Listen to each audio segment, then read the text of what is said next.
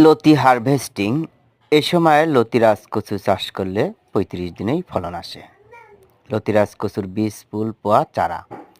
প্রিয় দর্শক, ভালো বীজ ভালো ফসল।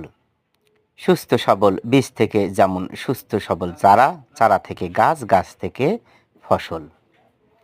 তারই ধারাবাহিকতায় আমরা বাংলাদেশের বিভিন্ন প্রান্তে অরিজিনাল বাড়ি লতিরাজ কচুর বীজ, ফুল, পোয়া, চারা সরবরাহ করে আসছি। প্রিয় দর্শক, আপনারা আমার সামনে দেখতে পাচ্ছেন লতির স্তূপ। অত্যন্ত মানসম্মত লতি। এমন লতির চাহিদা বাজারে ব্যাপক। সাধারণত ১ হাত থেকে ১.৫ হাতের লতির চাহিদা বাজারে সবচেয়ে বেশি। আপনারা দেখতে পাচ্ছেন এই লতি মোটামুটি ১.৫ হাত লম্বা হয়েছে।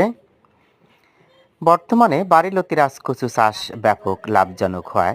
বাংলাদেশের গ্রামীণ কৃষক সম্প্রদায় অধিকাংশই এই চাষের সাথে সম্পৃক্ত হচ্ছে, কিন্তু দুঃখের বিষয় হলো তারা অরিজিনাল বাড়ি লতিরাজ কচুর জাত না চিনে চাষ করায় অনেকেই এই চাষ থেকে লসের সম্মুখীন হচ্ছে।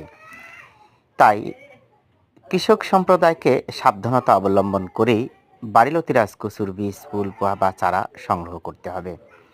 আপনারা যে মানের লতি দেখতে পাচ্ছেন ২০ থেকে ২৫ টায় ১ কেজি হয়ে থাকে। বর্তমানে লতির বাজার মূল্য প্রায় ৬০ টাকা দরে বিক্রি করা হচ্ছে, তবে স্থানভেদে এ দামের ওঠানামা হতে পারে।